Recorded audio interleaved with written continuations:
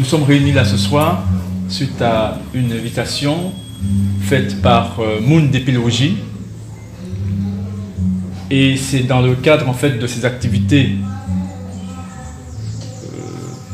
classiques, à savoir les cailles originelles. Cailles originelles, nous, il s'agit de ça. Et la vocation des cailles originelles, c'est précisément nous permettre de nous réconcilier avec qui nous sommes en vrai, des êtres humains. Ça a une signification qui renvoie à la tangibilité de l'être que nous sommes. Hein, physiquement, nous sommes là. Mais ça a aussi une signification sociétale, organisationnelle, relationnelle.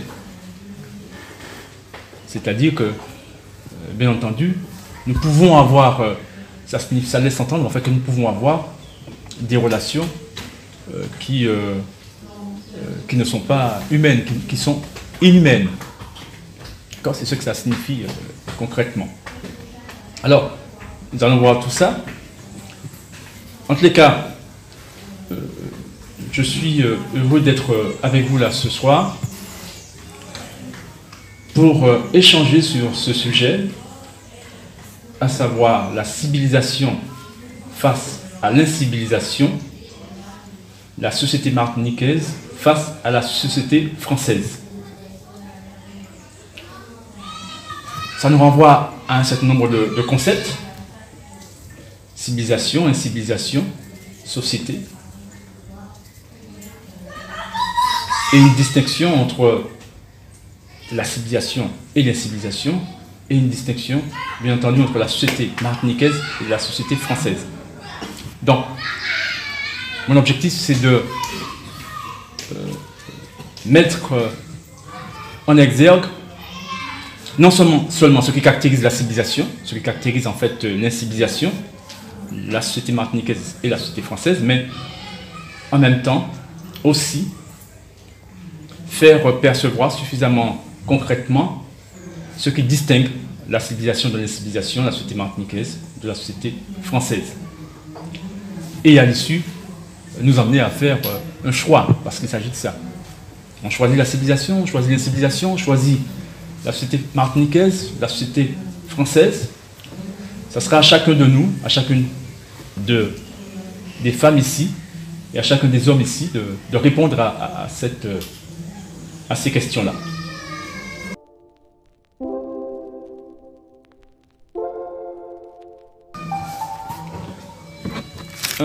Un préalable, puisque on parle de civilisation, puisqu'on parle en fait de société, on parle nécessairement d'être humain. Et bien entendu, il ne peut y avoir de civilisation, ni d'incivilisation, il ne peut y avoir non plus de société martiniquaise, ni de société française, si l'être humain n'est pas avant. Ce sont des productions d'êtres humains. Donc l'être humain, ontologiquement, en tant qu'être, est avant ces productions-là, qui renvoient au concept que j'ai cité. Donc, concevoir l'être humain avant que se manifeste la civilisation, avant que se manifeste l'incivilisation, avant qu'on apparaisse la société martiniquaise, avant qu'on apparaisse la société française. D'emblée, puisque l'être humain est avant ces situations relationnelles, sociales, nous pouvons dire et poser comme hypothèse que l'être humain est amené à faire un choix lorsqu'il se met en fait à produire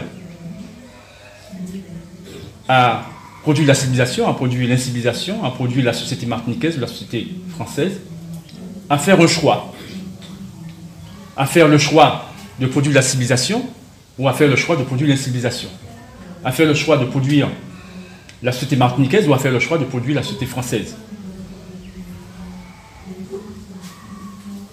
J'insiste là, c'est, et ça rejoint ce que je disais tout à l'heure, c'est notre positionnement en tant qu'être humain qui est important. Là, en ce moment, savoir que non seulement nous sommes avant ces situations sociales, mais nous avons un choix à faire.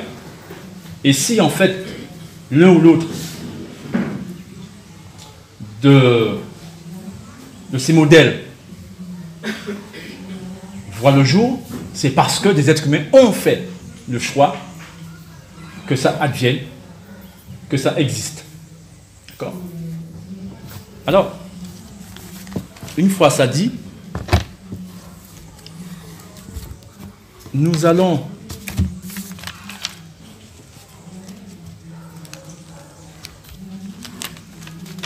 commencer par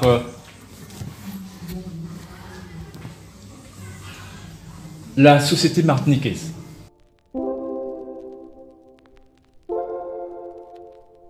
Est-ce que la société martiniquaise existe? C'est une question légitime et c'est une question importante et la réponse aussi à cette question est importante.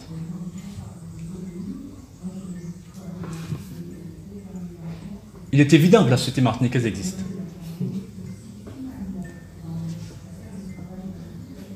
Régulièrement, nous entendons les uns les autres parler de la société martiniquaise, que ce soit nous-mêmes qui sommes ici ou bien ceux de l'extérieur qui parlent de la société martiniquaise. Mais il n'y a pas que ça. Nous entendons communément les hommes et les femmes dire en fait qu'ils sont martiniquais, qu'ils sont martiniquaises, qu'elles sont martiniquaises. Nous les entendons. Donc ça paraît être une évidence. Et donc, et nous entendons aussi ces hommes et ces femmes qui se reconnaissent comme étant la présence, l'incarnation de cette société martiniquaise, l'opposer ou la défendre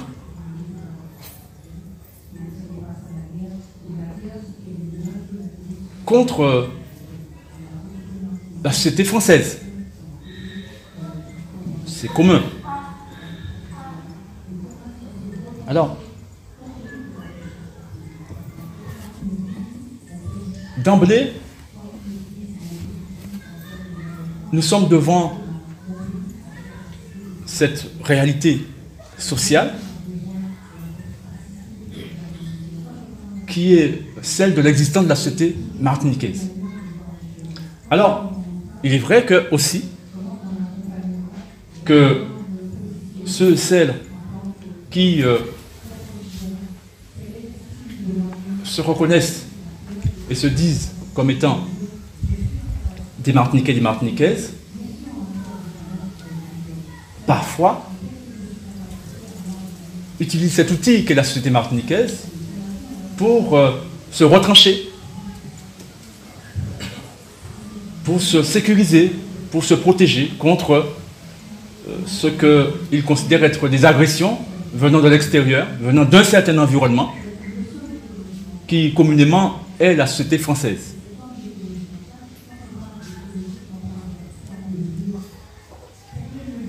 Alors, puisque la société martiniquaise existe, et d'ailleurs pour pouvoir montrer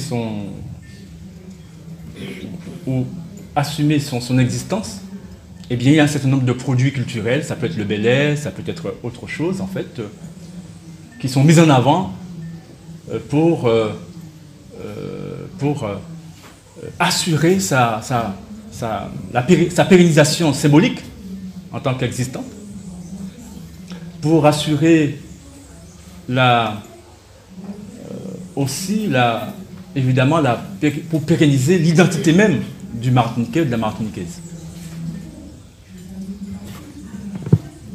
Alors, puisque la société martiniquaise existe.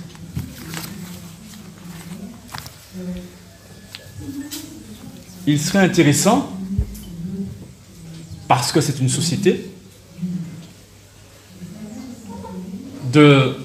d'apprendre à connaître ce qu'elle est. C'est une organisation, nécessairement. Une société, c'est une organisation. C'est un système. Et parce que c'est une société, elle a un fondement, elle a une structure et elle a une finalité. Un fondement, une structure et une finalité. Et parce que c'est un système, c'est une totalité. La société martiniquaise n'est pas la société française. C'est deux sociétés différentes qui sont régies par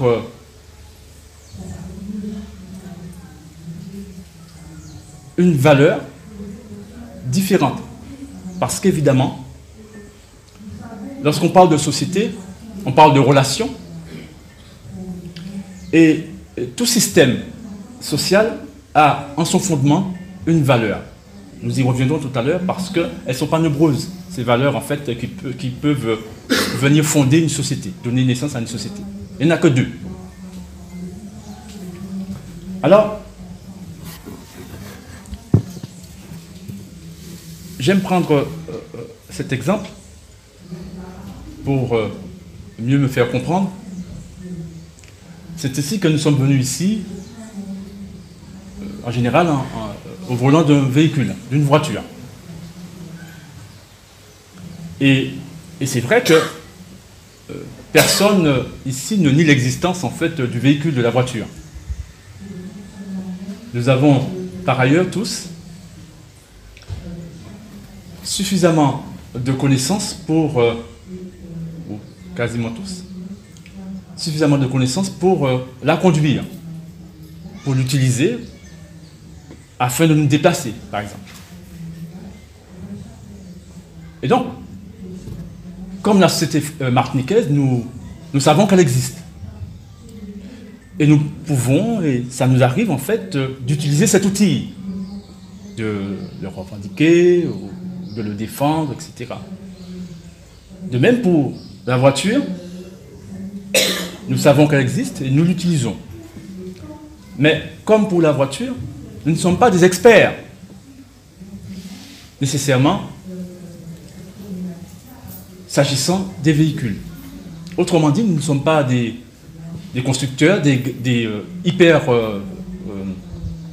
mécaniciens, connaisseurs suffisamment de l'organisation de la voiture, dans ce que les pièces, etc., comment c'est organisé. C'est un système, c'est fini. C'est un système, c'est une totalité, le véhicule. Mais pourtant, ça ne nous empêche pas de l'utiliser, cette voiture. C'est-à-dire qu'en fait, nous avons, notre connaissance est suffisamment superficielle pour ne pas la maîtriser dans sa totalité, mais notre connaissance est suffisamment importante pour nous permettre de la conduire. Vous voyez les deux niveaux. Et donc c'est pareil pour la société martiniquaise. Nous avons une connaissance suffisante pour savoir qu'elle existe, pour pouvoir l'utiliser de temps en temps, mais nous n'avons pas nécessairement les connaissances nécessaires pour pouvoir en fait posséder son organisation, connaître suffisamment ses rouages, savoir en fait son fondement, savoir sa structure, savoir sa finalité. Et donc c'est pour cette raison que j'ai fait ce parallèle avec la voiture, pour vous permettre en fait de constater qu'il y a des niveaux de connaissances. Et mon objectif aujourd'hui, c'est de partager, de par mes recherches, une certaine expertise nous permettant collectivement d'avoir une connaissance bien plus importante de ce qu'est la société martiniquaise.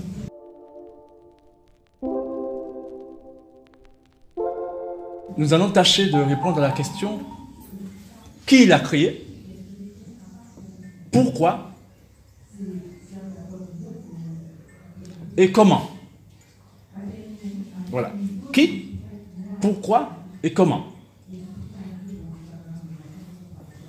Alors, pour répondre à la question qui, il convient, selon moi, de remonter au début de cette histoire, où nous sommes au XVe siècle. Des hommes et des femmes d'Europe décident d'aller sur le continent africain, de déporter des hommes et des femmes de différentes régions de ce continent pour les mettre, pour les intégrer dans une nouvelle société, dans les Amériques. Et puisque nous parlons de la Martinique, eh bien des hommes et des femmes arrachés d'Afrique vont être déportés par la société française. Ces hommes et ces femmes constituent la société française. Et pour être intégrés par la violence, par la force, dans une nouvelle société, qui est la société française, esclavagiste, colonialiste, mais française. C'est la société française. Elle est organisée, elle existe déjà, elle est organisée, et elle prend sa source institutionnelle en Europe, en France. Et à cette époque, au commencement de cette affaire, c'est un roi. Vont se succéder empereurs et républiques par la suite, mais toujours la même société. Ça nous permet de distinguer la société, qui est un système permanent, gardant son fondement, gardant sa structure, gardant sa finalité, et puis les sous-systèmes qui viennent, et puis dans le but de réaliser la finalité de cette société, dans le but de l'expanser.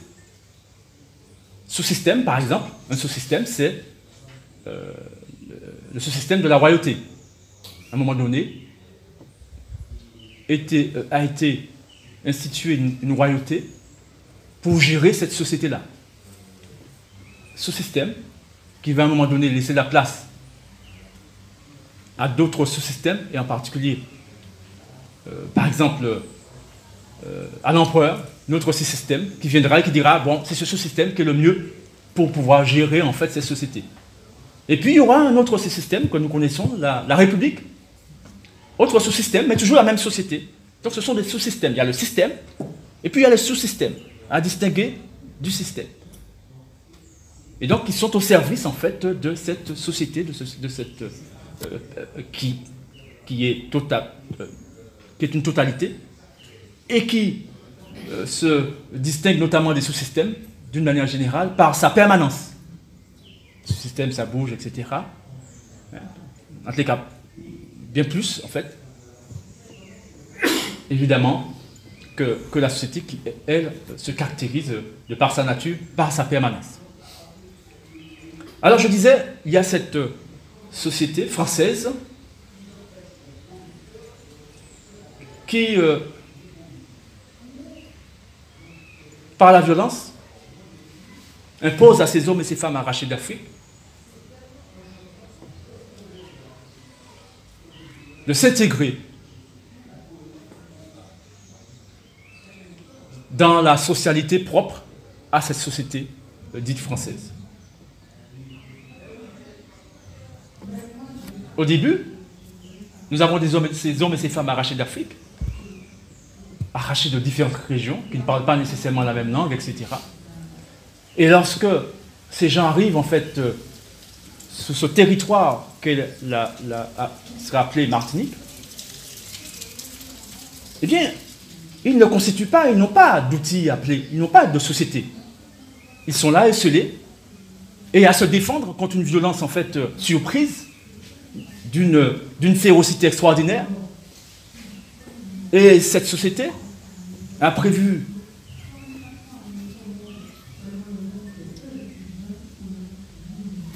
des statuts tout aussi précis pour assurer leur intégration.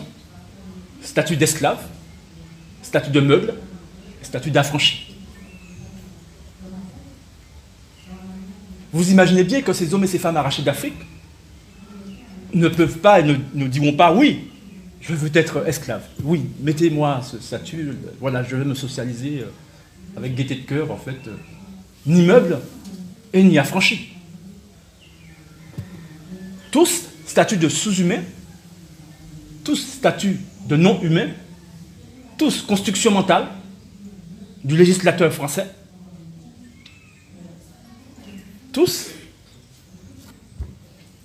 exclusifs de toute humanité. Distinguez bien, c'est vrai que vous n'êtes pas juriste, mais vous êtes en capacité de comprendre ce que je vais vous dire. Distinguez bien l'être tangible que vous êtes, l'être humain, ces hommes et ces femmes, et puis les identités qui vont... Donc le monde institutionnel, le monde du droit, qui est un monde en fait de la construction. C'est le monde de la construction mentale, c'est l'espace mental en fait qui est occupé et qui attribue. Et là, c'est le législateur esclavagiste français qui a décidé. Et donc qui a construit, à la mesure en fait de la valeur qui est au fondement de cette société-là, nous allons y revenir, à la mesure de leur ambition, eh bien ils se sont donnés en fait des statuts. Et les moyens nécessaires en fait pour contraindre en fait ces hommes et ces femmes réduits en esclavage, réduits en état de meuble, réduits en état d'affranchi. Et donc je disais, bien évidemment, ces hommes et ces femmes disent non.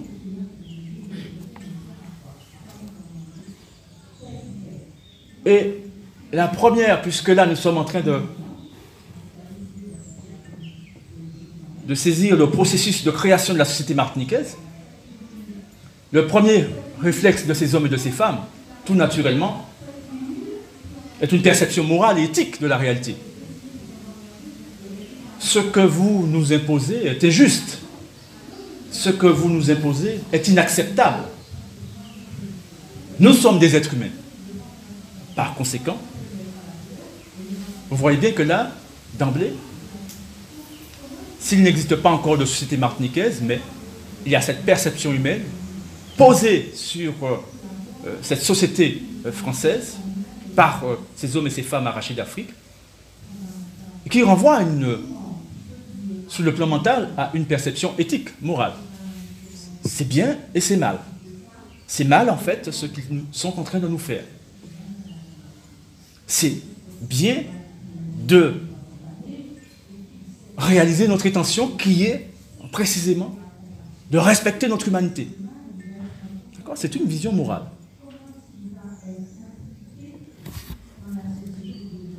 Mais assez rapidement d'ailleurs, dès le XVIIe siècle,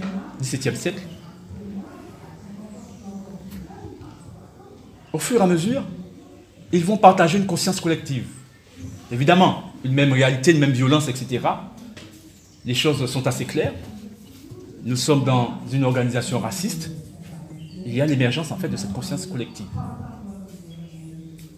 Et assez rapidement, ils vont comprendre aussi que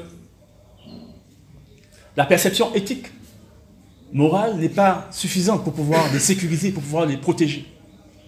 Et donc tout naturellement, c'est ce que font les êtres humains d'une manière générale d'ailleurs, c'est de se donner l'outil qu'on appelle la société, une société. C'est-à-dire que on fait émerger un système commun, propre, en vue de réaliser une finalité propre, dont on est le fondement. Et donc, après peu de décennies d'ailleurs, Et il suffit d'aller compulser les archives pour le constater. Va apparaître une autre société sur le même territoire que la Martinique. Il y aura deux sociétés, la société française et la société martiniquaise. Deux sociétés. Et cette société que nos ancêtres, ces hommes et ces femmes arrachés d'Afrique, vont faire émerger comme outil pour se protéger collectivement. Et avec des sous-systèmes, je le disais tout à l'heure, sous-systèmes, par exemple, eh bien, ils vont créer des espaces, en fait,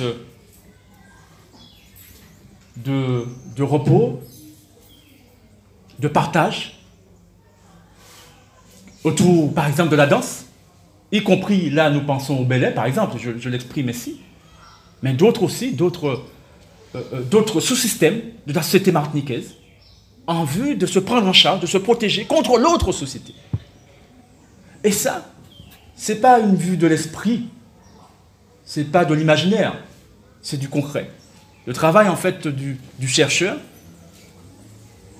lui permet, en fait, de constater cela et de rattacher ces sous-systèmes à la société à laquelle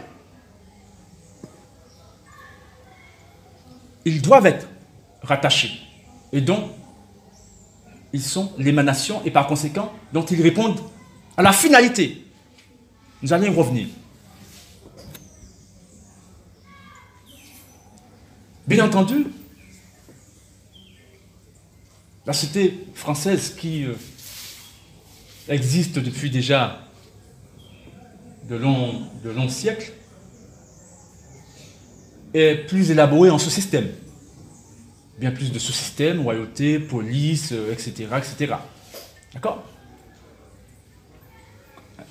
Un droit déjà émergé, etc., des codes, dans tous les cas, un code noir, par exemple, voilà une émanation, en fait, un outil, en fait, un sous-système de cette société en vue d'atteindre ses propres objectifs.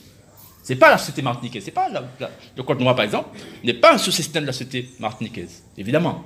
C'est un sous-système de la société française qui s'est donné cet outil en réquisitionnant les 10 sachants du domaine à l'époque pour pouvoir élaborer cet outil pour atteindre en fait l'objectif qui est au fondement de leur société.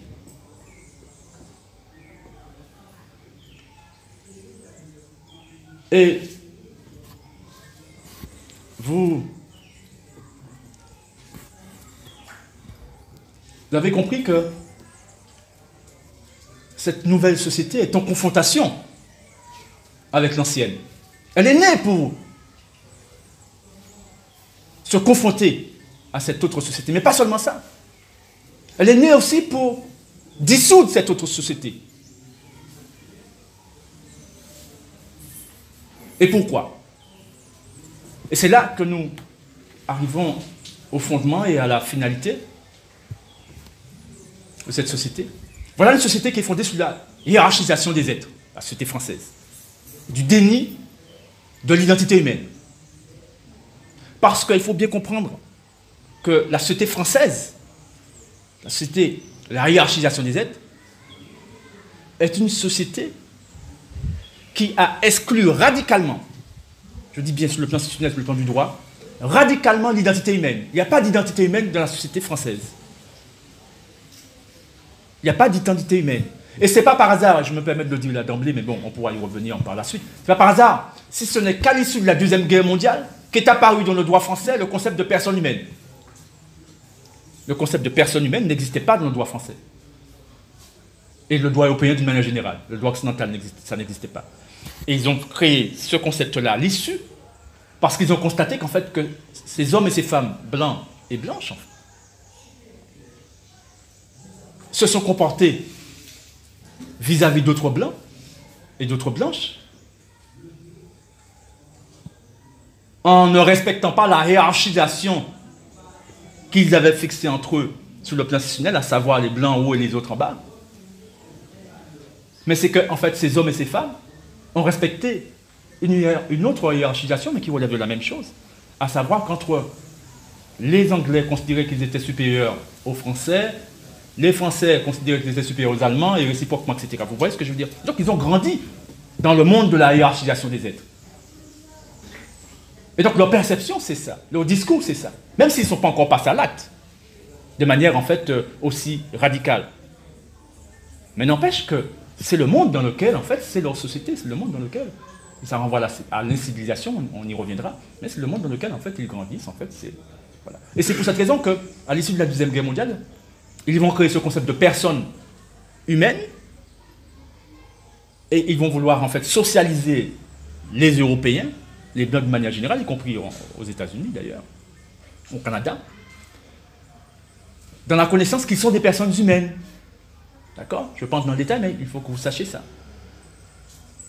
Mais ça n'en remet pas en cause la société et sa valeur fondamentale. Ça apparaît comme un sous-système qui vient pour pouvoir, en fait, je dirais, tenter d'eux. Mais c'est insuffisant. Parce qu'on parle de société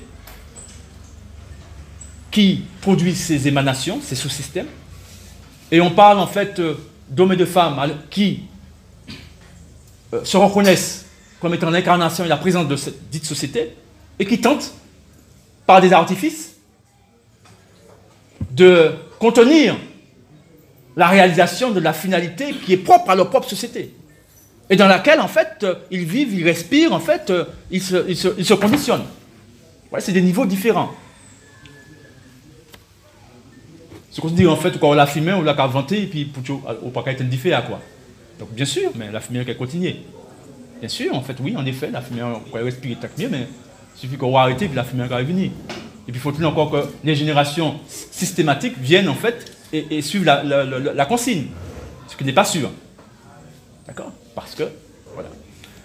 Alors, revenons à cet espace qu'est le territoire martinique, et puis ces deux sociétés. Donc je disais, la société martiniquaise, elle est créée par ces hommes et ces femmes qui, comme outil, qui affirment qu'ils sont des êtres humains. Mais comme outil aussi qui, en même temps, rejette la société du déni d'humanité. Et donc, comprenez bien, cette société-là,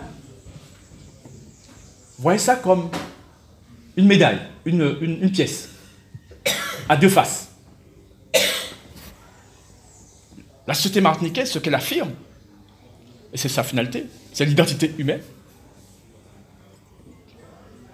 Et d'ailleurs, nous connaissons, en fait, c'est pas par hasard, et une formulation qui vient et qui pour dire, en fait, cette société, c'est tout le monde, c'est moun. C'est pas par hasard. Ça c'est pas, voilà, le bi, non, tout le monde, c'est moun. Ça renvoie à quelque chose de bien précis. Vous allez y revenir. Et donc, mais vous comprenez bien, je le dis d'emblée, que si vous n'avez pas une vision suffisamment claire de ce que sont ces sociétés, chacune dans leurs caractéristiques, dans ce qu'elles sont, dans leur nature, dans leur organisation, eh bien vous aurez une vision confuse, surtout qu'elles sont toutes les deux sur le même territoire. Et donc, ça frise à la schizophrénie.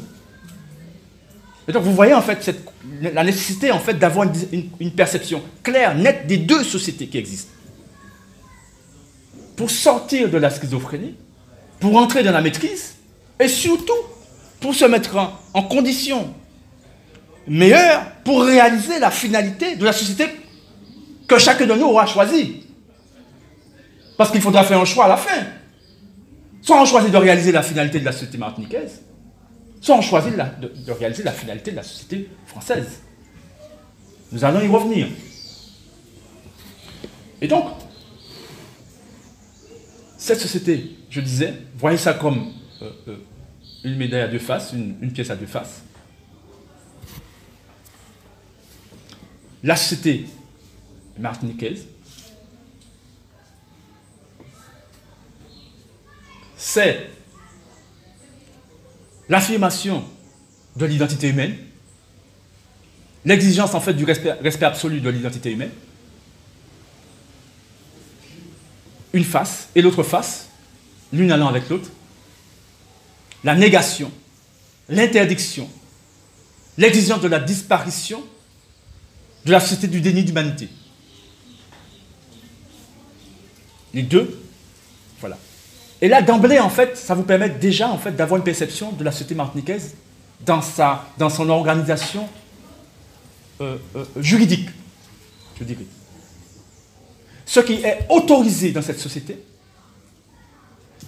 c'est le respect absolu de l'identité humaine. Ce qui est interdit, c'est la négation de l'identité humaine, donc par conséquent, la société de la hiérarchisation des êtres. D'accord? Et maintenant, allez dans l'autre société en face, la société française, la société du déni d'humanité. C'est l'inverse. Toujours une même médaille, mais ce qui est autorisé, c'est le déni, et ce qui est interdit, c'est le respect absolu de l'identité humaine. Et donc vous comprenez bien que dans une société où ce qui est légal, ce qui est autorisé, est le déni d'humanité, vous comprenez bien que lorsque vous allez dans cette société, vous demandez une réparation, vous dites mais c'est légal, vous réparez quoi? Vous allez obtenir une réparation, pourquoi alors que c'est légal? D'accord? Et donc nous vivons cette expérience d'ailleurs ici et maintenant, je pense dans le détail. Bon. Donc, voyez bien, deux sociétés, vous voyez la médaille, ce qui est interdit, ce qui est permis, l'inversion dans notre société. C'est important de comprendre ça. Alors, vous avez bien saisi qui est au fondement. La question, qui a créé la société martiniquaise? Nécessairement, ce sont ceux à qui il était dénié leur qualité d'être humain. Il y a eu des hommes et des femmes, on peut trouver, ils étaient rares, des blancs, des européens, des blanches, qui pouvaient en fait, je dirais, être solidaires, et tendre la main à un certain niveau de conscience, hein, parce qu'il y a le conditionnement qui travaille malgré tout. Mais comprenez bien qu'en fait, que ce n'est point depuis la société martiniquaise, c'est depuis la société française, par exemple, ou la société anglaise, qu'ils disent c'est injuste ce que vous faites à ces hommes et à ces femmes. C'est pas la même chose. Ils ne sont pas à l'origine de cette société. Et ils peuvent venir, d'ailleurs, ces gens peuvent venir dire, mais laissez-les vivre leur société, laissez-les vivre. Décolonisez, rentrez chez vous et laissez-les vivre. Donc c'est pour bien déterminer qui est martiniquais. Qui est martiniquais à l'heure actuelle. Et donc nous avons recueilli cette société. Mais ce n'est pas nous qui l'avons créée. Nous l'avons recueillie. Et nous l'assumons. Mais nous l'assumons dans une confusion que nous devons dissoudre. D'où l'intérêt en fait de cet échange avec vous aujourd'hui. Pour être bien plus efficace. Pour ceux qui ont choisi de l'assumer. Et donc, voilà cette société martiniquaise qui, pourquoi? Nous avons compris pourquoi. Parce que ces hommes et ces femmes ont considéré que cette autre société, qui est la société française, est une société qui ne doit pas exister. Mais radicalement. On n'est pas dans la compromission, on n'est pas dans le compromis. Radicalement. Parce que toute société qui dénie l'humanité est une société qui ne doit pas exister. Il faut qu'on soit clair là-dessus. Il n'y a pas de complaisance, la chose est radicale. C'est une totalité. Il n'y a pas de place pour deux sociétés. L'une qui est fondée sur le respect absolu du déni d'humanité, donc la relation, la valeur est celle en fait qui se déploie structurellement et dans sa finalité. Et puis l'autre, qui est tout le contraire. Le fondement, c'est le déni, c'est la hiérarchisation des êtres. La structure, c'est la hiérarchisation des êtres. Et la finalité, c'est la négociabilité précisément de l'identité humaine. C'est-à-dire, en fait, c'est une valeur, en fait, on peut hiérarchiser, négocier.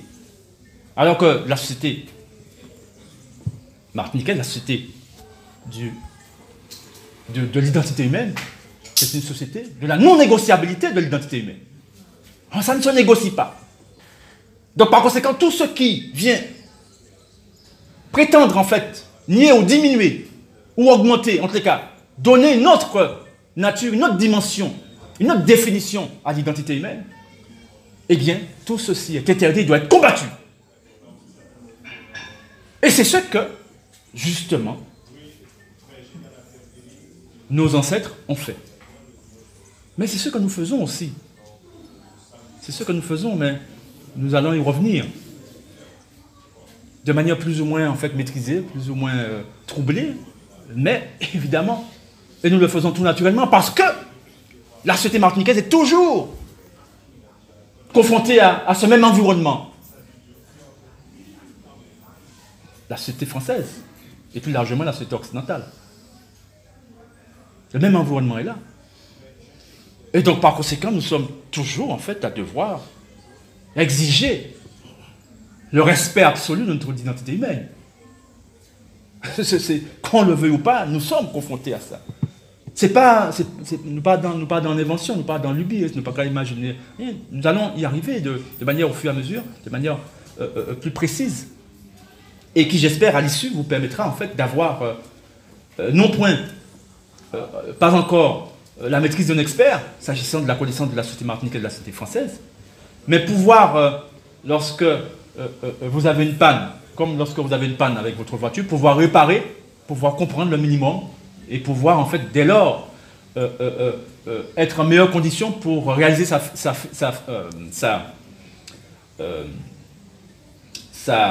raison d'être.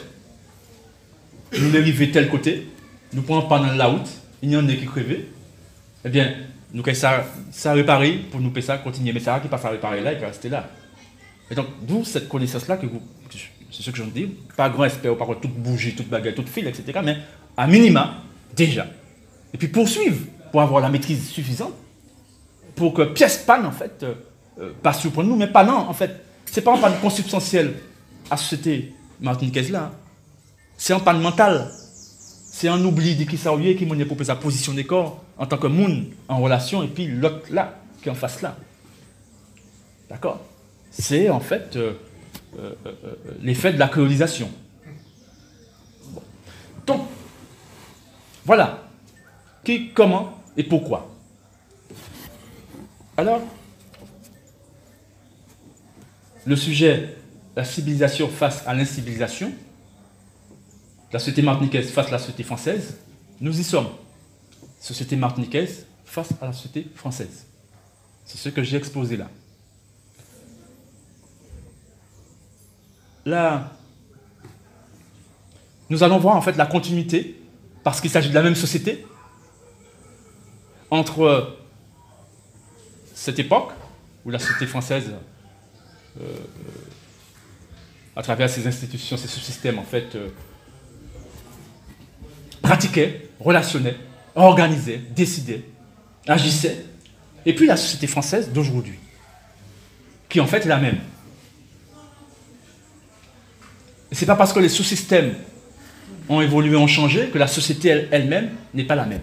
Elle est strictement la même. Nous allons y revenir. Et ça nous permettra de parler de civilisation et incivilisation. Alors,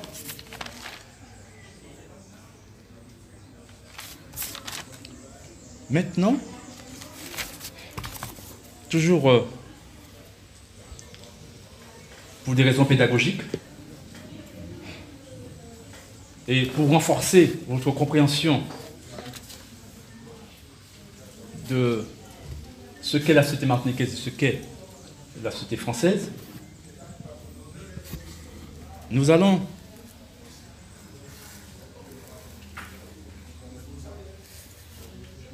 à nouveau au commencement de cette affaire pour nous poser la question: est-ce que nos ancêtres étaient légitimes, ces hommes et ces femmes arrachés d'Afrique, ou encore ceux et celles qui sont nés sur place, est-ce qu'ils étaient légitimes, en fait, à combattre la société de la hiérarchisation des êtres? Est-ce qu'ils étaient légitimes à combattre la société française? Est-ce qu'il était légitime d'imposer à des hommes et à des femmes le statut d'esclaves, de meubles d'affranchis, les fouetter, leur imposer le code noir, les maltraiter, les tuer, les violer, les torturer? Est-ce que cela était légitime? La question, bien évidemment, est que la société française, dans ce qu'elle a manifesté, est illégitime, évidemment, et la société martiniquaise, dans ce qu'elle a eu à manifester dans sa résistance et dans sa lutte contre cette dite société, est légitime.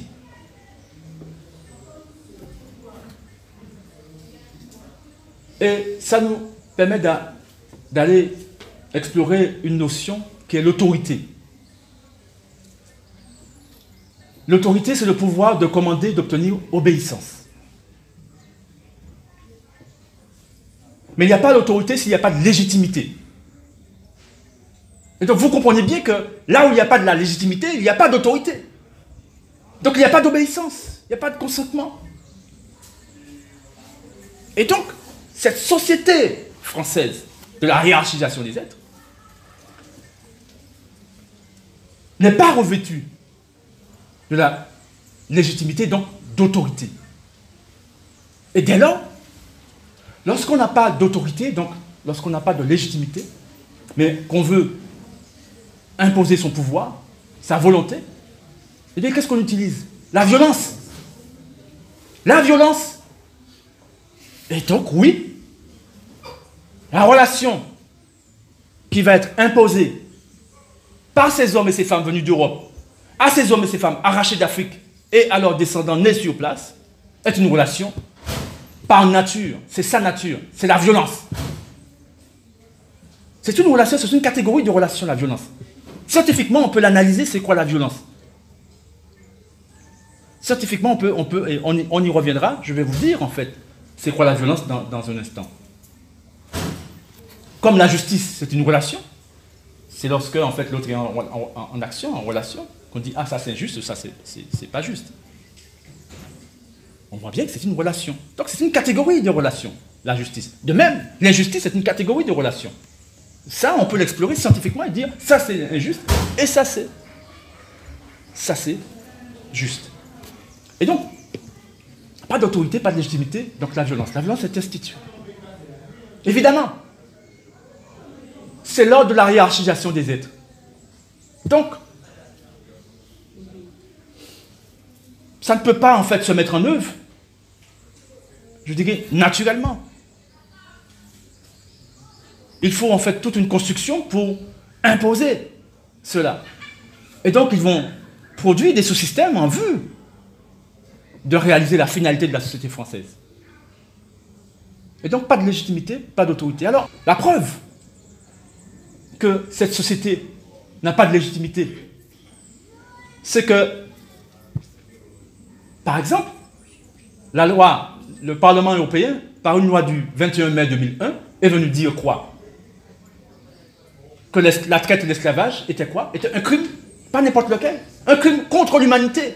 Ça veut dire qu'en fait, un crime contre l'humanité veut dire qui dénie l'humanité aux êtres humains. C'est ce que ça veut dire, qui dénie l'humanité aux êtres humains. Eux-mêmes sont venus dire en fait que leur acte, leur société, leur pratique est une pratique de la hiérarchisation des êtres, est une pratique illégitime, est une pratique qui doit être interdite. Mais pas spontanément. Il a fallu en fait de génération en génération que ceux qui ont eu à subir et qui continuent à subir, nous allons y revenir peut-être dans le débat, etc. Je ne vais pas être trop long, se battent Ils disent non, non, non, non, non, c'est pas comme ça, hein. Non, non, on est là. Et beaucoup sont morts à cause de ça. Les différentes révoltes, les différentes rébellions, etc. C'est terrible. Et jusqu'à présent, il y a cette violence, en fait, de la société française et plus largement la société occidentale sur l'humanité. Et donc, voyez en soubassement la société française, comme voyez en soubassement la société occidentale, les sociétés occidentales qui sont les mêmes, qui ont la même valeur, en fait, en leur fondement. Et donc, c'est pour vous dire que c'est illégitime. Dès lors, si c'est illégitime, si en fait c'est criminel, pourquoi ça devrait continuer à exister? Pourquoi ça ne devrait pas être interdit? Pourquoi cette société devrait-elle continuer à gérer des êtres humains? Pourquoi cette société devrait-elle continuer à travers en fait la volonté de certains êtres humains à chercher à réaliser sa finalité, cette domination, cette hiérarchisation des êtres? Pourquoi? Là encore, c'est parce que notre vision n'est pas suffisamment claire. Parce que ce n'est pas elle qui va s'auto-détruire. C'est la société du respect absolu de la dignité humaine, de l'identité humaine. C'est elle seule, cette volonté-là seule. Rappelez-vous, je vous ai dit que c'est une totalité. Donc, la nature humaine de cette société est celle qu'elle est.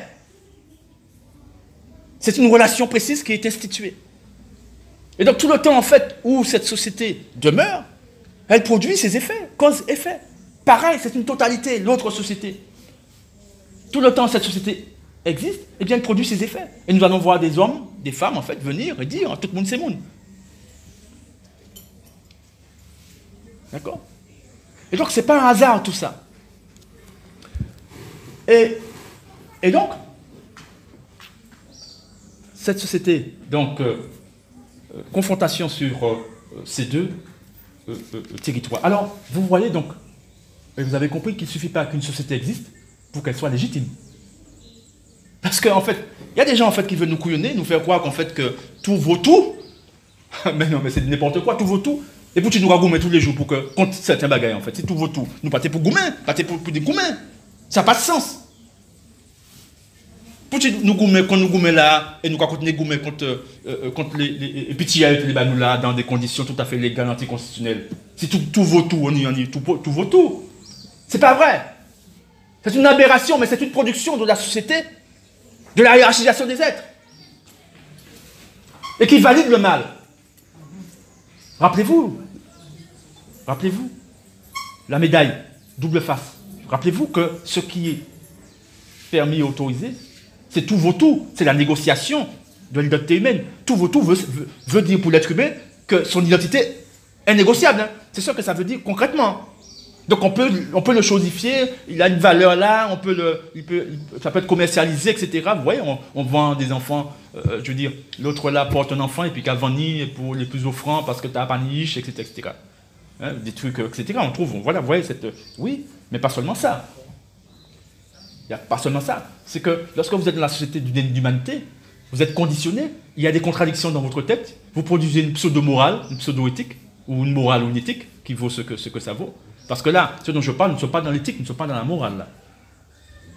Là, nous sommes dans ce qui est, dans la science, nous sommes des êtres humains, c'est un fait. Et la construction de la société, de la hiérarchisation des êtres, c'est un déni de la vérité, c'est un déni d'humanité. La vérité, c'est que nous sommes des êtres humains. D'accord? Et donc, nous sommes la société du respect absolu de l'identité humaine, c'est la société fondée sur cela. Et donc, la relation qui est officielle, la seule relation valable, c'est la relation entre êtres humains, et non pas entre des êtres supérieurs, inférieurs, etc. Tout ça, c'est de la connaissance. Et nous sommes en mesure de maîtriser cela, savoir ce que, etc. Ne croyez pas qu'en fait que la chose est confuse. Non, c'est parce qu'on est créolisé, on est dans le monde là, du monde créole, et donc il crée des troubles. Et c'est lorsqu'on se sent vraiment en danger qu'on réagit. Et là, par exemple, avec leur dit vaccin-là, eh bien, on s'est senti en danger et collectivement, on a dit non à cette... très largement, non, parce qu'on a senti que c'est l'être humain-là. Et jusqu'à préférer perdre notre emploi, plutôt que de nous laisser soumettre, en fait, par une telle volonté, qui manifestement est une volonté de déni d'humanité. On me chosifie. Et ils trouvent, en fait, des raisons à ça. Or, à l'issue de la Deuxième Guerre mondiale, sachez que pour pouvoir en fait chercher à canaliser la violence consubstantielle à leur matrice sociétale, leur société, ils ont dit dans leur droit européen, le droit de l'ONU, etc., le droit français, constitution, le droit européen et autres, que la dignité humaine, la qualité de personne humaine, et donc ça, là je renvoie à la définition juridique qu'ils ont donnée à la personne humaine, dignité humaine, etc., dans leur matrice, à la hauteur de leur conscience. Eh bien, ils ont dit que c'est un droit absolu, autrement dit, en tout et en tout lieu, il est interdit, en fait, de remettre en cause ça. Autrement dit, tout être humain, tangible, a une identité de personne humaine, la dignité humaine. Et donc, même en temps de guerre, on ne doit pas déchoir, en fait, de l'identité de personne humaine. Et ça, je le répète, c'est un droit absolu. Mais là, par exemple, subtilement, ce qu'ils ont fait à travers leur dit vaccin, et c'est pour cette raison que j'ai eu à faire un exposé là-dessus, pour vous dire en fait qu'il s'agit véritablement d'un coup d'État, parce que pour pouvoir en fait imposer aux êtres humains qu'ils prennent, qu'ils se fassent piquer, il faut contester, nier l'identité de personnes humaines dans leur corpus juridique. D'accord? Il faut comprendre ça. Sinon, ce n'est pas possible. Pour pouvoir avoir accès au corps. Et pourquoi, en fait, ils avaient pris cette disposition légale à l'issue, à la fin de la Deuxième Guerre mondiale, à l'issue de la Deuxième Guerre mondiale? Eh bien, parce qu'ils se sont vus, entre eux, se chogifier, prendre le corps et faire des expériences, en fait, médicales, etc., etc. Et ils ont bien compris qu'en fait, que pour pouvoir protéger ça, il faut dire en droit que sans le consentement de l'autre, on n'a pas accès à son corps. Et là, on protège le corps. Si je dis non, c'est non. Et si je dis oui, c'est dans des conditions particulières. Deuxième droit, qui est consubstantiel à l'identité de personne humaine dans leur propre droit, c'est le droit, en fait, à l'information. Même si je dis oui, je veux, mais je dois être informé de l'expérience si c'est un produit. Par exemple, je dois savoir les effets secondaires, etc., etc. De manière à... Voilà. Et donc, c'est ça. C'est les deux éléments les plus importants qui sont consubstantiels, en fait, à la qualité de personne humaine dans leur propre droit. Or, ils ont dit, en effet, ils ont dit que ce droit est un droit absolu. Cette identité est absolue. On ne doit pas toucher à ça. Et il s'avère en fait que là, ils viennent, et puis ils trouvent des raisons bidons, en fait, pour pouvoir s'autoriser, en fait, à venir, etc., etc. Ils emmènent nous tellement. Or, précisément, ce texte de loi, ou constitutionnel même, qui a, à l'issue de la Deuxième Guerre mondiale, qui est venu dire, en fait, que c'est un droit absolu, la qualité de personne humaine, c'est un texte qui est fait contre ces salopards de gouvernement et d'État. Parce que c'est eux qui ont ce pouvoir. C'est eux qui, par exemple, là, le nazisme, en fait, c'est bien l'État allemand, c'est bien l'État Vichy, l'État français, etc., etc. C'est bien eux. C'est eux. Et donc c'est contre eux, en fait, ce texte-là est venu. Pas contre vous, contre moi, etc. C'est contre ceux-là qui peuvent mobiliser les moyens de coercition, la police, militaire, toutes les violations, tout ce qu'ils ont mobilisé là, pour pouvoir, en fait, soumettre, en fait, l'être humain. C'est contre eux. Donc vous voyez bien qu'il a fallu tout un artifice, en fait, pour couronner les gens, etc. Donc voilà leur truc. Mais ça c'est un effet, c'est pas la cause. La cause, c'est la société française. La société occidentale, c'est un modèle, nous y arrivons. Et donc,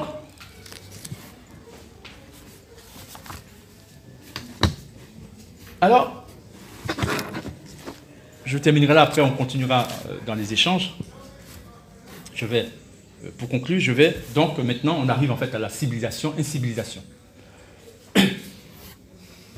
Alors, civilisation, incivilisation.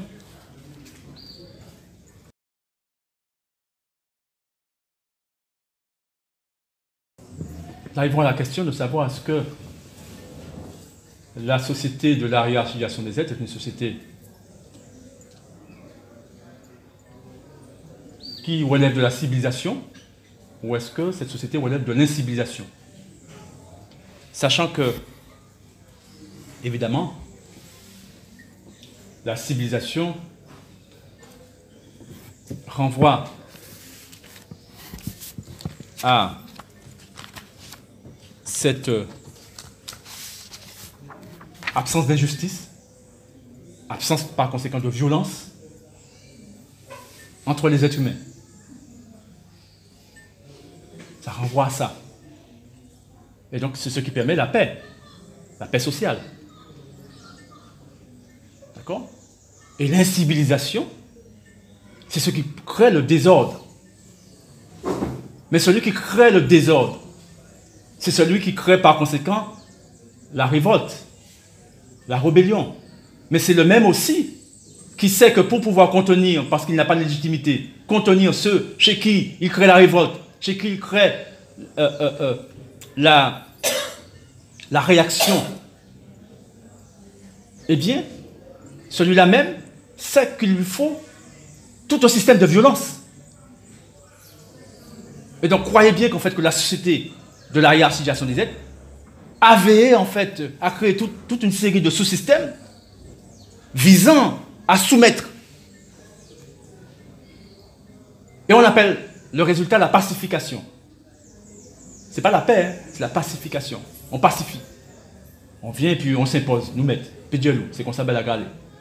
Et là, c'est une autre, voilà. Vous voyez? Et à un moment donné, vous acceptez, parce que vous vous dites, en fait, c'est trop dangereux. Vous voyez? C'est trop dangereux, donc je reste là. C'est du conditionnement, c'est la colonisation. Adopter les goûts et les habitudes du colon. Ils le disent, hein. Il fallait que les hommes et les femmes, en fait, arrachés d'Afrique, adoptent les goûts et les habitudes du colon, soient naturalisés dans les colonies. C'est-à-dire, en fait, les goûts et les habitudes du colon, hein, c'est-à-dire celui qui est maître, en fait, de l'organisation, de la hiérarchisation des êtres. Hein. Le colon, c'est lui qui vient et puis qui sait. Vous saisissez? Il n'a pas suffi d'être blanc ou d'être blanche, il fallut que celui-là soit colon. Vous comprenez ce que je veux dire? Donc voilà, c'est ça, créoliser. Voilà. Et donc, la pacification. Et donc, nous revenons à ces deux sociétés. Est-ce que la société de l'illégitimité, la société de la hiérarchisation des êtres, la société de la violence, la société du code noir, la société, même s'il n'y a pas le code noir, mais du meuble, la société de l'affranchi, est-ce que c'est la société exclusive de l'identité humaine? Est-ce que c'est de la civilisation ou de l'incivilisation? La société, en fait, dont les actes ont été condamnés comme étant crimes contre l'humanité, est-ce que c'est l'incivilisation ou la civilisation? C'est l'incivilisation. Ça produit le désordre. Nécessairement. Mais si, en fait, on n'est pas conscient, qu'est-ce qui va se passer? On va, en fait, dans cette matrice-là, de cette société, chercher, en fait, à réformer ces institutions, ces sous-systèmes. On va vouloir passer du statut d'esclave au statut d'affranchi, par exemple. C'est ce qui s'est passé en 1848. Vous comprenez ce que je veux dire? C'est l'horizon qui est offert, en fait, de la société créole, de la société de la hiérarchisation des êtres.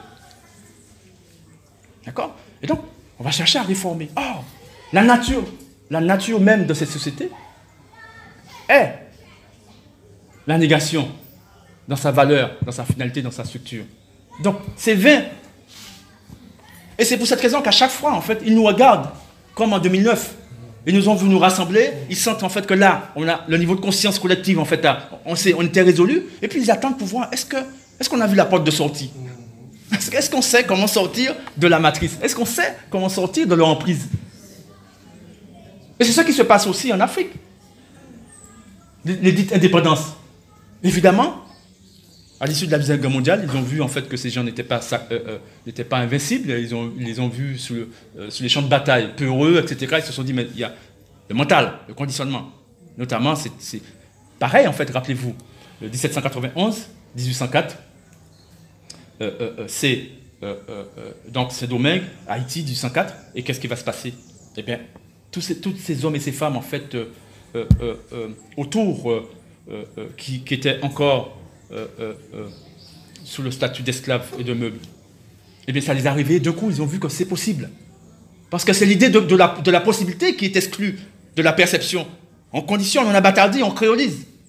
Mais une fois l'idée là, ça veut dire qu'en fait que l'idée ne naît pas comme ça, c'est parce qu'il y a des choses assez concrètes, assez objectives qui nous permettent d'y croire. Et donc c'est ce qui s'est passé après, parce qu'ils ont, et les dits haïtiens ont sillonné les Amériques, y compris sont allés aux États-Unis pour pouvoir en fait créer la rébellion, créer la révolte, etc. Et sachez que depuis en fait cette expérience de Saint-Domingue et d'Haïti, jusqu'en 1848, l'État français, la société de la hiérarchisation des États, à travers ses députés, etc., ses sénateurs, bref, ses parlementaires, n'ont cessé de faire des rapports. Ils envoyaient en fait des émissaires sur place, depuis la France, pour pouvoir voir comment ça bouge. Parce que ils hésitaient, est-ce qu'il faut affranchir ou pas? Qu'est-ce qu'on fait? Parce que c'est dangereux. On risque de perdre tout comme Haïti. Et donc, ils voulaient garder les colonies. Et donc, ils ont fait. Et évidemment, j'ai un certain nombre en fait, de rapports de ces gens, Bogli ou bien ou d'autres. Et donc, le dernier rapport, c'est qui? C'est Schleicher. Il le dit dans Schleicher, Victor Schleicher. Il dit qu'en fait, que si on veut, en fait, il parle à ceux, en fait, qui l'ont missionné. C'est pas les Noirs qui l'ont missionné, c'est l'État français. Vous imaginez bien que si l'État français a missionné Victor Schleicher comme sous-secrétaire d'État d'Arago, qui était ministre en fait des colonies, c'est pas pour démanteler sa plus grande en fait fortune. C'est pour lui garantir en fait le maintien de la fortune, parce qu'il voulait pas qu'en fait que nos ancêtres imitent en fait Haïti et leur échappent. Et donc il fallait qu'en fait que les convaincre en fait restez, on va vous donner ce qu'il faut, on va vous affranchir, etc. Et Schleicher lui-même dans son rapport le dit. Il dit en fait, peut-être que je l'ai là pour plus tard, je pourrais vous lire en fait ce passage. Il dit substantiellement que en s'adressant à l'État français, à les blancs qui l'ont missionné, qu'ils peuvent se sentir en fait heureux de n'avoir pas en fait subi ce que ils ont eu à subir à Saint-Domingue, et que Saint-Domingue est là pour leur dire en fait ce qu'ils doivent faire. Ils doivent affranchir.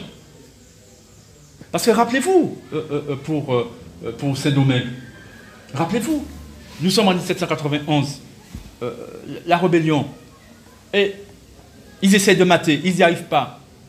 Lorsqu'ils ont vu que ça chauffe, ils proposent en fait aux affranchis de respecter le droit d'affranchis.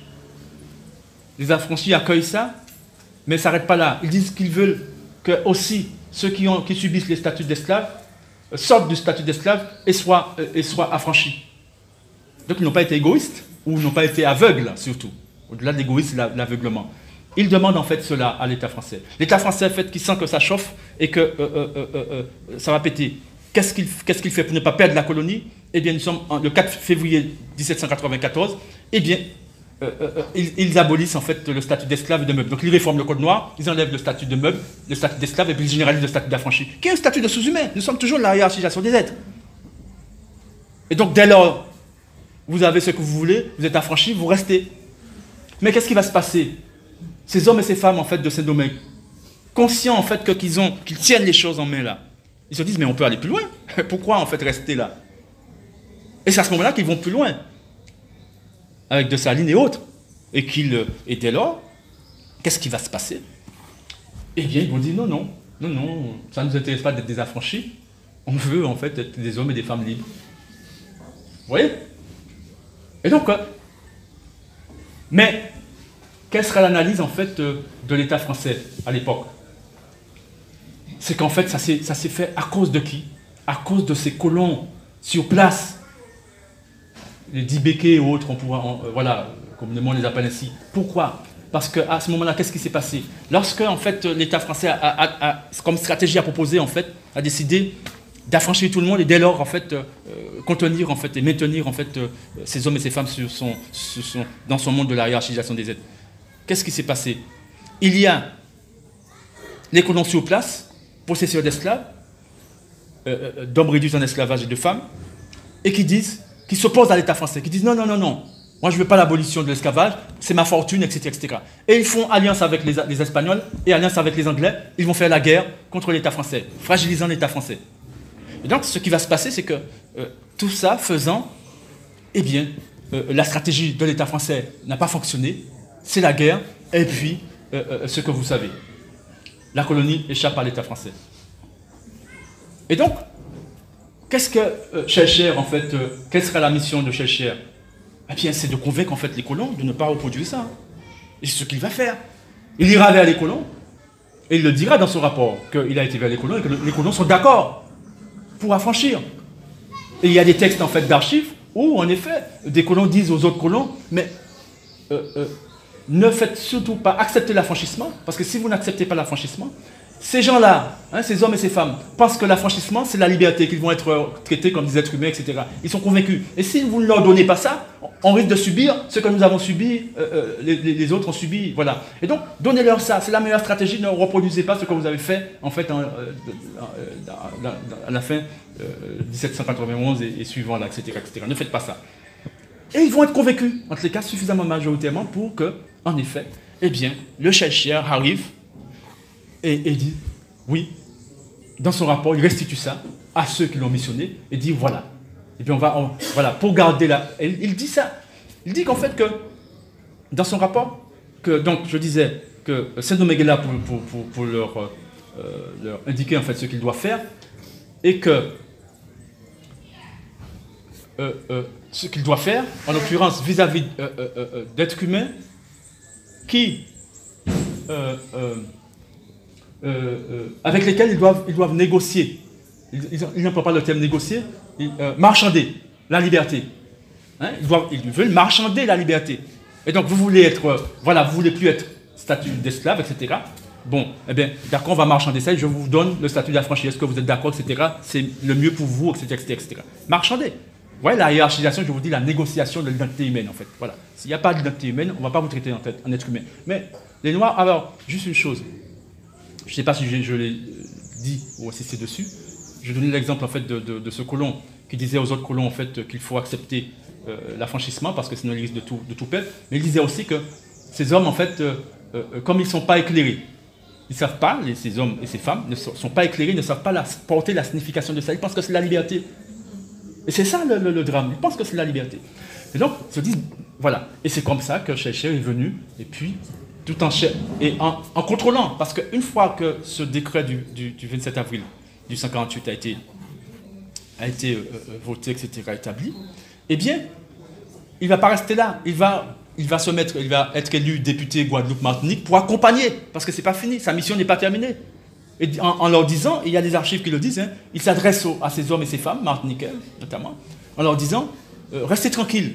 Le bon État va vous... Voilà, restez tranquille, ne cherchez pas, ne créez pas de conflit, attendez, on va vous donner, etc. De toute façon, vous êtes un département d'outre-mer, etc. Tout va être OK, l'assimilation, etc., etc. Donc, voilà, je ferme la parenthèse pour revenir, en fait, à la civilisation, à l'incivilisation. Et donc,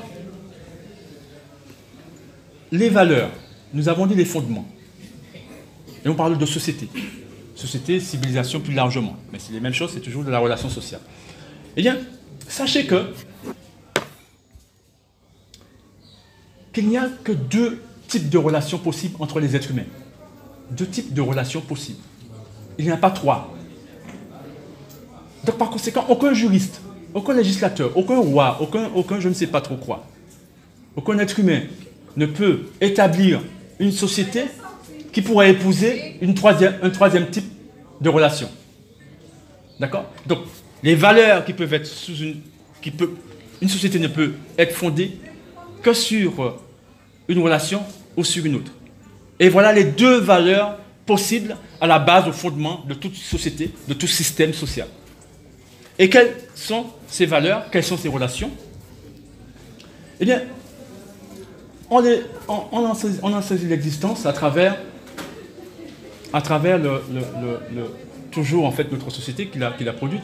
Si c'était famille ou pas qu'il fait ça. C'était famille ou pas qu'il fait ça. Imaginons que nous sommes à la poste ou bien dans n'importe quelle administration. Et puis nous voyons en fait quelqu'un qui agresse quelqu'un. Hein, voilà. Et on lui dit, mais pourquoi vous faites ça?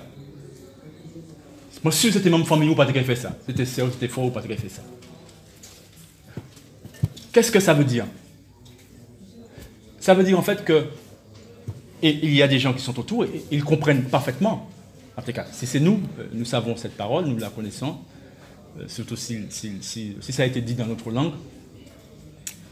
Eh bien, dans ça, nous avons les deux types de relations qui existent. Il n'y en a pas trois. La relation filiale et la relation infiliale. Il n'y a pas trois. Il n'y a pas trois possibilités. la relation filiale et la relation infiliale. C'était famille où pas faire ça. Autrement dit, cet être humain qui dit ça, et qui dit ça à l'autre, et les autres en fait qui l'entendent, comprennent bien que, en effet, même s'ils n'ont jamais médité dessus plus que ça, mais ils s'accordent de manière évidente en fait que il existe la relation filiale, la relation familiale, qui est une relation précise, qui n'est pas n'importe laquelle, qui est une relation qui a sa nature propre, la relation filiale. Et puis, il y a la relation qui n'est pas filiale, ou pas famille moins. Donc, qui est infiliale. Mais écoutez, il n'y en a pas trois. Voilà les deux fondements possibles. Soit la société est fondée sur la relation filiale, soit la société est fondée sur la relation infiliale. Alors, dans cette phrase, c'était même famille ou pas de fait ça. Ça sous-entend qu'en fait que l'être humain qui a été agressé, qui a été violenté, qui a subi la relation filiale, l'a subi parce que il n'y avait aucun lien filial entre les deux. C'est ça que ça signifie. Et donc c'est justifié, en fait. Ça, disons, ça s'explique. Mais celui-là même qui dit ça, reproche à celui qui a priori n'a pas de relation filiale avec l'autre, lui reproche d'avoir eu une relation infiliale. Mais si c'est pas famille, si c'est pas sa famille, il est dans la vérité, il est dans la cohérence. C'est pas ma famille, j'ai pas une relation filiale avec. Et là, on n'est pas dans le mental, dans la morale, on est dans ce qui est. Mon discours, c'est un discours qui se veut scientifique, objectif. Nous ne sommes pas dans les constructions mentales. Vous comprenez ce que je veux dire? Donc, lorsque je dis qu'en fait que là, celui-là, en fait, qui a violenté l'autre, eh bien, selon la perception et le discours en fait de celui qui lui a dit c'était même famille ou pas qui a fait ça, c'est qu'il lui a fait ça parce qu'il n'est pas membre de sa famille, ils n'ont pas de lien filial entre eux. Bon. Ça sous-entend qu'en fait que celui-là qui lui fait ce reproche considère en fait qu'il aurait dû avoir une relation de la même nature que la relation filiale avec l'autre et il n'y aurait pas eu de violence. Vous voyez la cohérence? Bon. Mais la question, c'est de savoir, est-ce que, en fait, c'est un vœu pieux? Parce que ce que, en fait, et tout le monde qui est là, qui a entendu cette phrase, etc., qui a vu cet acte, etc., tout le monde est d'accord, en fait, qu'il aurait dû avoir une relation filiale. Une relation de la nature, tout le monde connaît, voilà, vous voyez ce que je veux dire. Et donc, à distinguer avec la relation morale, éthique, qui est l'éthique, la morale, on peut concevoir ça comme pouvant exister et compenser l'absence de relation filiale. C'est pas frère, moi, c'est pas sœur, moi, c'est pas famille, moi, mais en éthique, moi, il y a morale qui vient compenser. Là, on est dans quelque chose d'autre. Ça, c'est le monde des filiales, justement, qui produit ça pour pouvoir... on pourra y revenir tout à l'heure. Mais, restons dans l'objectivité. Eh bien, la question c'est, ce serait un vœu pieux si l'autre, il aspire à une société filiale, une société où en fait on a la relation filiale, donc apaisée, pas de violence, etc. entre les êtres humains. Mais en même temps, il demanderait à celui qui n'a pas de lien filial de se faire violence, en tous les cas de compenser par une éthique, par une morale. Vous comprenez ce que je veux dire, qui ne serait pas du tout fondée sur la relation filiale, mais sur autre chose dès lors. Mais la question c'est, est-ce que cet être humain qui a commis l'acte infilial, l'acte violent, est-ce que véritablement il n'a pas de lien filial avec l'autre? Ou est-ce qu'il a un lien filial? En vérité, tous les êtres humains ont nécessairement un lien filial. C'est ça la vérité. On ne peut pas être un être humain et ne pas avoir un lien filial avec tout autre être humain. Ça n'existe nulle part. Ça ne peut pas exister. Un être humain ne peut pas advenir s'il n'est pas de la généalogie humaine. D'accord? Il faut être... C'est ça, la vérité. Et lorsque, en fait, on nie, pour pouvoir déchouquer, pour pouvoir, en fait, nier l'humanité de quelqu'un, il faut nécessairement lui dénier la filialité, et donc la relation filiale. Il faut le sortir, en fait, de la généalogie humaine. Pour lui donner une identité, l'esclave n'est pas sorti de l'identité. Le meuble ou la franchise, en droit, on appelle ça, la technique que le juriste utilise, c'est la fiction juridique. C'est-à-dire qu'on invente, en fait. On sait que ce n'est pas vrai, mais c'est la fiction juridique. C'est une technique. pour atteindre l'objectif, on dit, on donne tel, voilà, on décrète. Hein, c'est la fiction. Donc, évidemment, on veut une volonté soumise. Bon, le meuble n'a pas de volonté, par définition. Donc, on va mettre l'esclave qui a une volonté, mais soumise. L'esclave a sa volonté, par nature, est une volonté soumise et qui obéit à son maître. Ça, c'est la construction, c'est la fiction. Le meuble, pourquoi meuble? C'est pour passer d'un patrimoine à un autre patrimoine. D'accord? Et l'affranchi, il est soumis, mais il est là, en fait, pour créer, pour maintenir l'espoir, en fait, à l'autre et maintenir le système. Vous voyez, il y a tout un montage. C'est de la technique. D'accord? C'est de la manipulation. C'est un processus de créolisation. Et donc espoir mal papaye. Bon. Alors, donc, pour revenir, en fait, à la relation filiale, tout être humain, voilà. Pour vous dire, en fait, qu'en réalité, la seule relation qui soit vraie, c'est la relation filiale. La seule relation qui soit vraie, qui en vérité scientifiquement est celle en fait qui est fondée sur ce qui est. La relation filiale, dire quoi, ou pas frère moins, ou pas, on m'a pas dit frère, ou pas, ne pas une test lien filial, c'est mentir. Vous comprenez ce que je veux dire? Nécessairement mentir. Mais c'est quoi les deux types de relations lorsqu'on analyse? Alors juste une chose, hein, comprenez, hein, la relation filiale est une relation précise. C'est pas parce que assez souvent il y a cette confusion entre un père et un enfant et son fils ou sa fille. Il peut y avoir la pratique de la relation filiale. Hein. Preuve en est, nous tous nous liens filial nécessairement, et pourtant, nous pas qu'à ce qui est institué dans la société de la hiérarchisation Z, vous avez compris, c'est la relation filiale. On va y revenir. Et donc, c'est une pratique, c'est un choix. Rappelez-vous, je vous ai dit tout à l'heure, au commencement, au départ, il y a l'être humain. Et puis, il y a deux voies. La civilisation et l'incivilisation.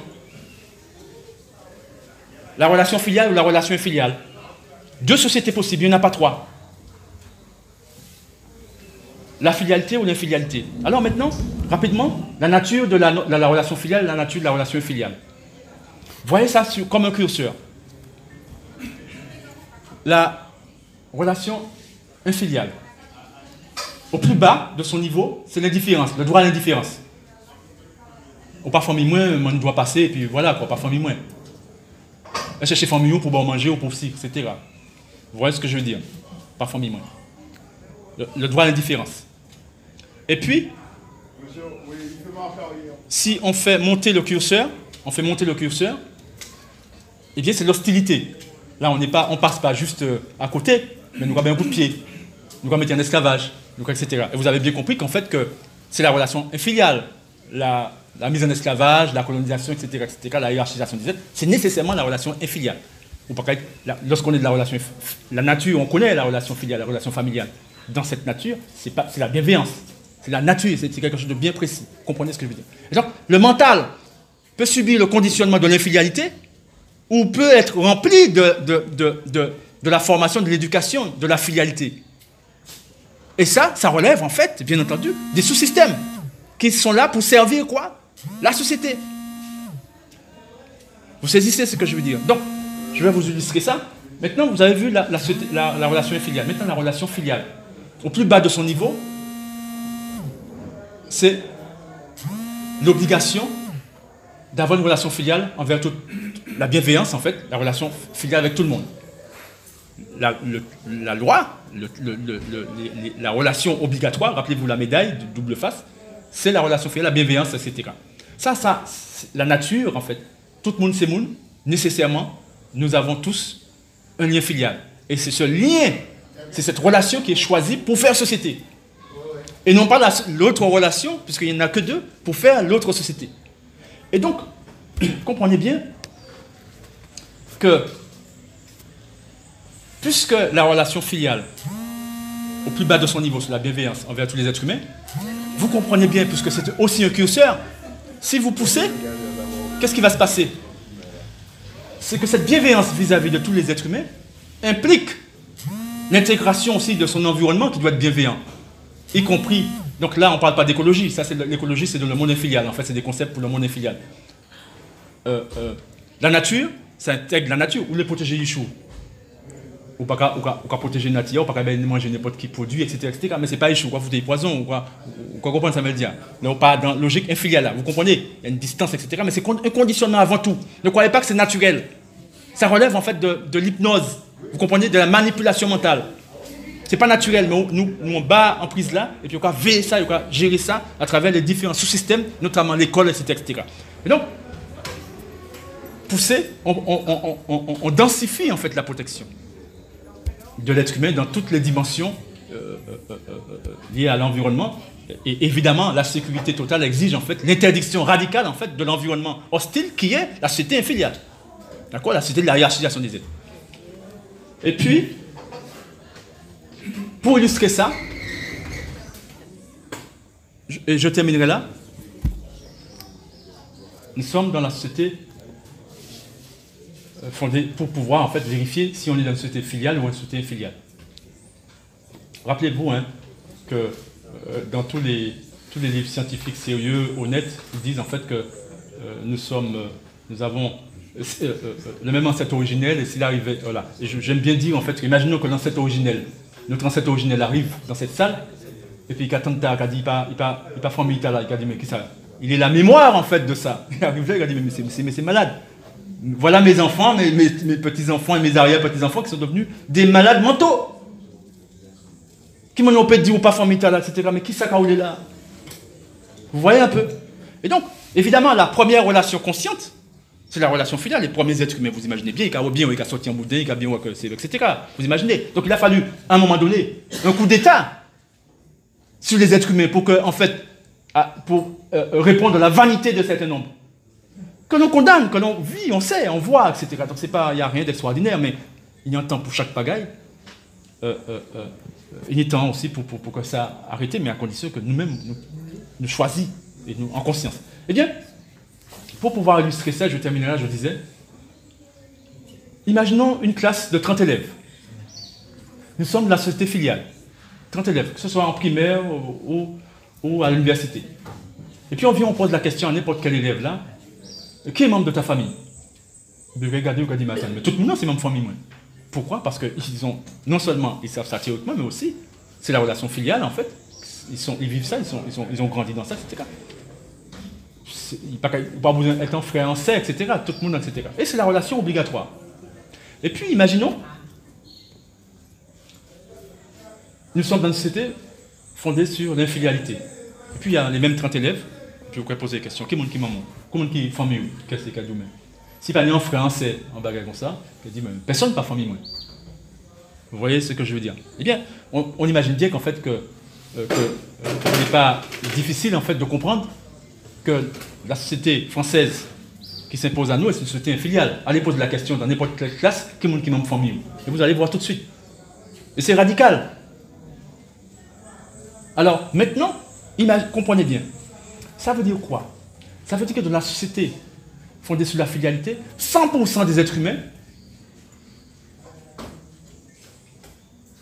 sont dans la relation filiale, sont conscients d'être de la même famille que l'autre.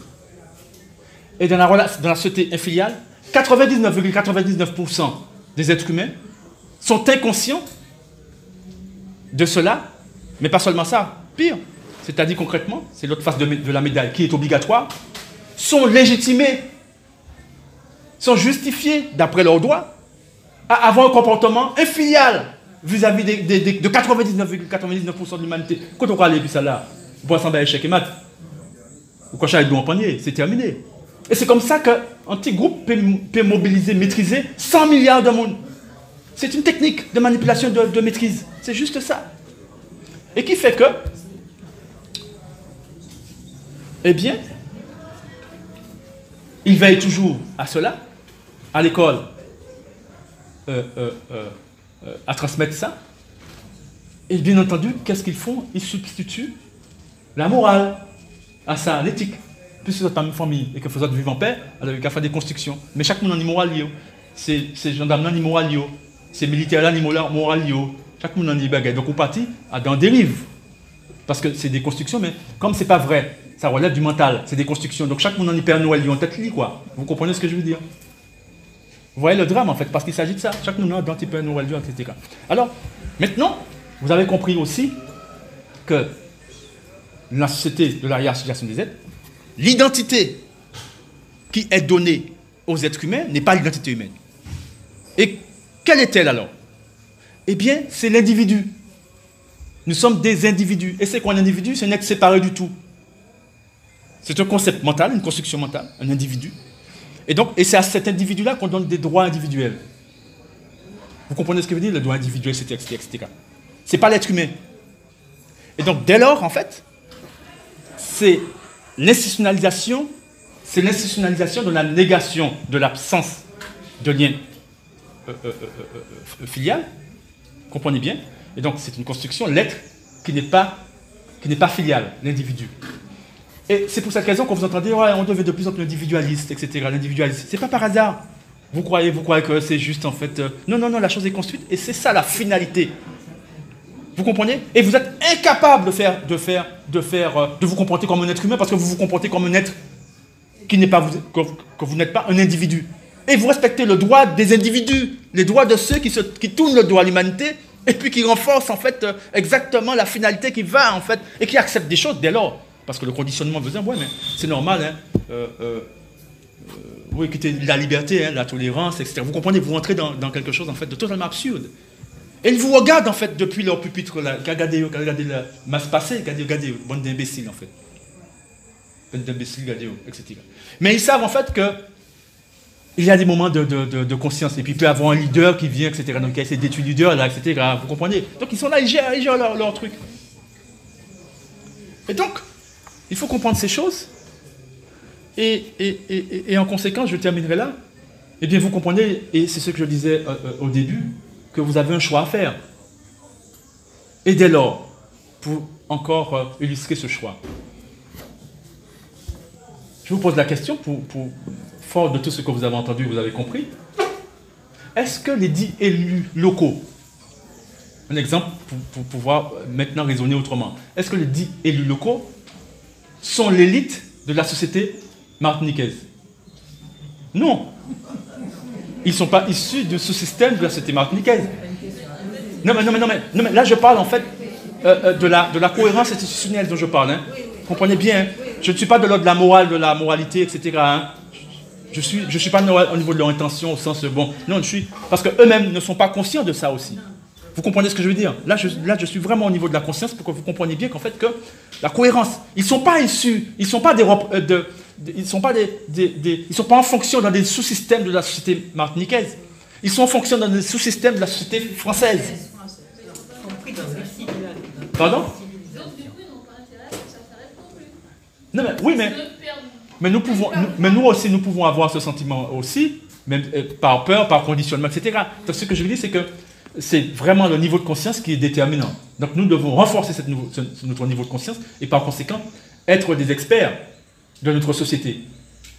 Vous comprenez, comme l'image de la voiture, etc. Pas simplement l'utiliser au moment, etc. Juste les balles à chaud, et puis nous allons dire c'est idée, mais à part que comme on n'a pas créé des sous-systèmes pour nous protéger, on n'a pas des gens en fonction, etc. Donc tout nous l'a livré en violence, mais si nous avons créé des sous-systèmes, et c'est ça nous a fait. C'est ça la raison pour laquelle en fait ces exposés, etc. C'est nous comprendre en fait qu'il nous faut dès lors en fait reprendre en main en fait notre héritage en conscience, créer des sous-systèmes avec des gens en fonction qui assument la légitimité, qui assument l'autorité. Même s'ils ne sont pas reconnus. Mais non, mais la reconnaissance en fait elle est consubstantielle à la vérité. Vous comprenez ce que je veux dire? Et c'est pour cette raison, rappelez-vous que ce même système a déjà dit qu'en fait qu'il est illégitime. La loi du 21 mai, etc. Mais il n'y a même pas ça comment on est pour sortir dans ça. Vous comprenez ce que je veux dire? Parce qu'il y en a plein qui voudraient sortir de ça. Mais comment sortir de cette matrice? Mais il faut pouvoir en fait déjà percevoir l'autre matrice, non point sur un plan moral, éthique, parce que c'est ça à l'intérieur de leur truc. La projection est morale et éthique. Non, mais de manière scientifique, méthodique. Comme je suis en train de le faire là, maîtriser. Vous comprenez ce que ça, c'est autre chose. Et donc, dès lors, donc j'ai posé la question, est-ce que c'est l'élite? Vous avez bien répondu, évidemment, que non. Maintenant, est-ce que c'est l'élite de la société française, la société de la hiérarchisation des êtres? Eh bien non, ça ne peut pas l'être. Pour une raison assez simple, c'est que dans ce monde, il y a le dernier cacachien. Vous comprenez ce que je veux dire? Ils ne peuvent pas être l'élite. C'est des agents exécutants. Ce sont des affranchis. Vous comprenez ce que je veux dire? Parce que c'est telle la hiérarchisation des êtres, ce n'est pas eux qui sont garants de ce système. Ils ont été introduits, créolisés, et puis il y a dans confusion, ils les défendent, ils ne savent pas qui etc., etc. Et donc, ils ont dit, ouais, mais bon, voilà, avec toute la peur qui les enveloppe, toute cette emprise, en fait, qu'a les tenants, en fait, de la société infiliale, en fait, sur eux. D'accord? Donc voilà, c'était pour illustrer, en fait, cela. Si vous pouvez mettre de comprendre ça. Et puis une dernière illustration qui est importante. Maintenant, quand vous avez saisi qu'il y a les deux sociétés, vous comprenez qu'une société peut se donner les moyens pour dissoudre l'autre société, ou l'empêcher de... Donc, nous aussi, nous pouvons dès lors concevoir qu'on puisse créer des outils qui nous permettent en fait de dissoudre l'autre société, mais en conscience. Pas aller, et puis, dans la société, il y aura, matrice il y aura, essayer de survivre. Voilà, un élément, etc., pourquoi créer bagaille pour... Non. Voilà, vous voyez, c'est pas la même chose. On le voit tous les jours. Prenons l'exemple, en fait, de la France. On voit bien que cette société, au Mali, par exemple, va agir au Mali pour expanser ses propres intérêts et va créer des entreprises là-bas, va en fait mettre la pression sur les gouvernants, etc., pour fragiliser, pour diminuer, pour atrophier en fait cette autre société. D'accord? Donc comprenez que des sociétés infiliales aussi, comme ce qui se passe en Europe, deux sociétés infiliales peuvent se combattre, parce que l'une les mange l'autre, vous comprenez? Parce que nous sommes de l'infilialité. Donc il y a tout ça, vous comprenez? Donc mais nous devons faire un choix, et nous l'avons déjà fait intimement, mais nous devons le faire avec une conscience plus élevée, et rentrer dans la maîtrise, et dès lors, en fait, se donner les moyens pour créer les sous-systèmes, pour éduquer, transmettre, etc. etc. Donc nous avons déjà, en tous les cas en termes de connaissances, nous avons déjà de quoi transmettre. Maintenant, il faut prendre ça en charge pour pouvoir, en fait, faire émerger et dissoudre, faire émerger la société martiniquaise et qu'elle prenne en fait toute sa dimension et que la société de la hiérarchisation des êtres soit dissoute de façon à ce que cet environnement-là disparaisse et non point le contraire. Parce que nous sommes l'environnement de la société infiliale. Comme la société infiliale est notre environnement. Et leur nature est contradictoire. Vous comprenez? Parce que c'est deux relations par nature totale. Voilà, j'en ai terminé.